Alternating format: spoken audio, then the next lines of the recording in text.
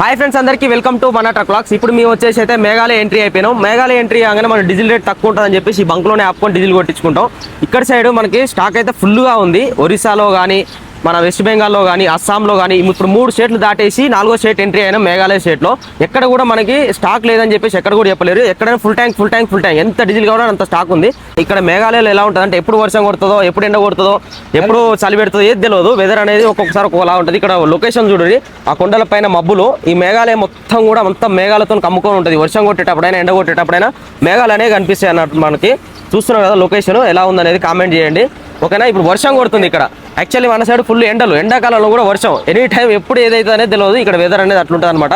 మనకి అందమైన ప్రదేశాలు అంటే ఈ మేఘాలలో చాలా ఉంటాయి చూడడానికి. కాకపోతే మనం జర్నీ చేసుకుని రోడ్డు పైన వెళ్ళిపోతాం కాబట్టి ఏ లొకేషన్ కూడా అంత కవర్ చేయలేకపోతాం. లోపలి మామూలు రోడ్డు పైన వెళ్ళేటప్పుడే మనకు మంచి వ్యూస్, మంచి లోయలు, మంచి కొండలు అనేవి మనం చూస్తుంటాం. వాటిని చూస్తూనే ఆనందంగా జర్నీ సాగిపోతుంటుంది అనమాట మేఘాలయలో.